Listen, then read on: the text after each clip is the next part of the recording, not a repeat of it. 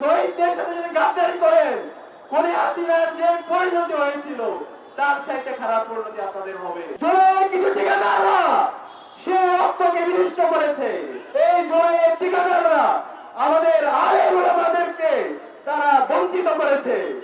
আমাদের যারা প্রাইভেট বিশ্ববিদ্যালয়ের ভাই বোনরা ছিল তাদেরকে বিভিন্নভাবে বঞ্চিত করেছে। অন্তর্বর্তীকালীন সরকারের উপদেষ্টাদেরকে বলতে চাই, আপনারা যদি দায়িত্ব পালন করতে না পারেন আপনারা পরিত্যাগ করুন। আমি জুলাইয়ের কোন হিরো না, জুলাইয়ের কোন নায়ক না। জুলাইয়ের যদি কোনো হিরো থাকে, জুলাইয়ের যদি কোনো নায়ক থাকে, সেটা হচ্ছে আমাদের শহীদেরা। জুলাইয়ের যদি কোনো হিরো থাকে, জুলাইয়ের যদি কোনো নায়ক থাকে, তারা হচ্ছে আমাদের গাজীরা। এবং জুলাইয়ের যদি কোনো হিরো থাকে, তারা হচ্ছে আমাদের এই শহীদ পরিবাররা, আমাদের গাজীদের পরিবাররা। প্রিয় উপস্থিতি, গত 16 বছর ধরে খুনি হাসিনা এবং তার দোসররা ভারতের প্রেসক্রিপশনের মাধ্যমে আমাদের শিক্ষা ব্যবস্থাকে ধ্বংস করেছে, আমাদের বিচার বিভাগকে ধ্বংস করেছে, আমাদের শাসন বিভাগকে ধ্বংস করেছে, আমাদের দেশের সংস্কৃতিকে ধ্বংস করেছে, আমাদের দেশের সকল প্রতিষ্ঠানগুলোকে ভেঙে চুরমার করে দিয়েছে, আমাদের আলেমকে হত্যা করেছে। আল্লামা দেলোয়ার হোসেন সাঈদী থেকে শুরু করে 5 জন শাপলায় আমাদের হাজার হাজার আলেম ওলামাদেরকে হত্যা করেছে। 5 জুলাই 36 জুলাই 2024 সালের জুলাই বিপ্লবের মাধ্যমে আমাদের শহীদদের আত্মত্যাগের মাধ্যমে আজকে আমরা নতুন বাংলাদেশ পেয়েছি।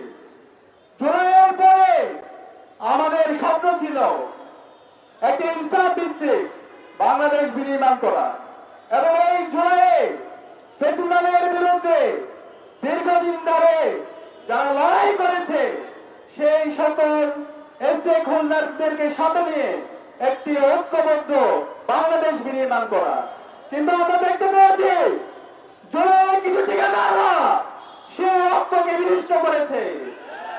জুলাই যখন কারফিউ জারি করা হয়েছিল, ইন্টারনেট ব্ল্যাক আউট করা হয়েছিল, সেই সময়ে ঢাকার যাত্রাবাড়ি, মিরপুর, রামপুরা, ঢাকা সহ সারা দেশে বিপ্লবী জনতা তার রাস্তায় নেমেছিল।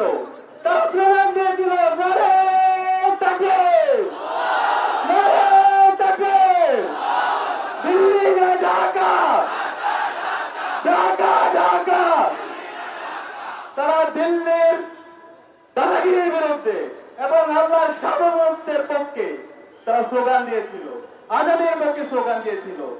আমরা দেখতে পেয়েছি আমাদের যাত্রাবাড়িতে আমাদের কওমি এবং আলিয়া মাদ্রাসার শত শত শিক্ষার্থী তারা শহীদ হয়েছে। সাভারে আমাদের শত শত শ্রমিকরা তারা জীবন দিয়েছে। এবং 18 জুলাই দিনে ঢাকা বিশ্ববিদ্যালয় যখন বন্ধ ঘোষণা করা হয়, আমাদের প্রাইভেট বিশ্ববিদ্যালয়ের ভাই বোনরা আবু সাঈদের মতো তাদের 2 হাতকে প্রসারিত করে তারা রাস্তায় নেমে তাদের জীবন দিয়েছিল। এবং শহরের মধ্যবিত্ত শ্রেণী এবং এলিটরা তারা রাস্তায় নেমে এই ফেসিবাদের বিরুদ্ধে তারা তাদের জীবনকে উৎসর্গ করেছিল। কিন্তু এই 5 আগস্ট পরবর্তী আমরা দেখতে পেয়েছি এই জুলাইয়ের ঠিকাদাররা আমাদের আলেম ওলামাদেরকে তারা বঞ্চিত করেছে। আমাদের যারা প্রাইভেট বিশ্ববিদ্যালয়ের ভাই বোনরা ছিল তাদেরকে বিভিন্নভাবে বঞ্চিত করেছে। এবং শহর মধ্যবিত্ত শ্রেণী এবং তাদের যে মতামত দেওয়া দরকার ছিল তাদেরকে বঞ্চিত করেছে। এবং এর মাধ্যমে একটি অনৈক্য তৈরি হয়েছে। এবং যে অন্তর্বর্তীকালীন সরকার গঠিত হয়েছে, আজকে 9 মাস পরও শহীদ পরিবারদেরকে সাথে নিয়ে শাহবাগে আমাদেরকে বিচারের দাবিতে নামতে হচ্ছে। এর চাইতে লজ্জা কি হতে পারে? অন্তর্বর্তীকালীন সরকারের উপদেষ্টাদেরকে বলতে চাই, আপনারা যদি দায়িত্ব পালন করতে না পারেন আপনারা পরিত্যাগ করুন। ছাত্র জনতা দায়িত্ব নিতে রাজি আছে। এবং এই বিপ্লব যাদের মাধ্যমে হয়েছে আমাদের শহীদ এবং আমাদের গাজী, তারা এই জাতির শ্রেষ্ঠ সন্তান, তাদেরকে রাষ্ট্র থেকে স্বীকৃতি দেওয়ার দরকার ছিল এবং তাদের দায়িত্ব নেওয়ার দরকার ছিল। কিন্তু আমরা এখন পর্যন্ত আমাদের শহীদ পরিবারগুলোকে রাস্তা রাস্তায় ঘুরতে দেখছি। আমাদের যারা আহত আছে, আমাদের যারা পঙ্গুত্ব বরণ করে যারা হাসপাতালের বেঁচে কাতরাচ্ছে, তারা এখন পর্যন্ত তারা সঠিক চিকিৎসা পাচ্ছে না, আর্থিক সংকটে তাদের কাটাতে হচ্ছে। এর চেয়ে লজ্জার আর কিছু হতে পারে না। জুলাই ফাউন্ডেশন থেকে শুরু করে যারা আমাদের শহীদ এবং আহত পরিবারদেরকে নিয়ে কাজ করছেন, তারা বারবার বিভিন্ন ধরনের আমলাতান্ত্রিক জটিলতা দেখান। আরে ভাই, কিসের আমলাতান্ত্রিক জটিলতা? রাস্তায় কি টাকা অভাব হইছে? আমরা না খেয়ে থাকবো? আমাদের শহীদ পরিবার, আমাদের যারা গাজীরা আছে, তারা করছে থাকবে, সেটা আমরা মেনে নিব না। আমরা অন্তর্বর্তীকালীন সরকারকে অনুরোধ করবো, অনেক হয়েছে। আমাদের যে মেজর দাবি ছিল, খুনি হাসিনা এবং তার দূষণরা গত 16 বছরে বাংলাদেশে যে গণহত্যা চালিয়ে এসেছে এবং জুলাইয়ে যে গণহত্যা এবং শিশু হত্যা করেছে, এই প্রত্যেকটা হত্যাকাণ্ডের বিচার করতে হবে। এবং আমাদের যে প্রতিষ্ঠানগুলো ভেঙে চুরমার হয়ে গেছে, সেই প্রতিষ্ঠানকে নতুন ভাবে রিফর্ম করতে হবে।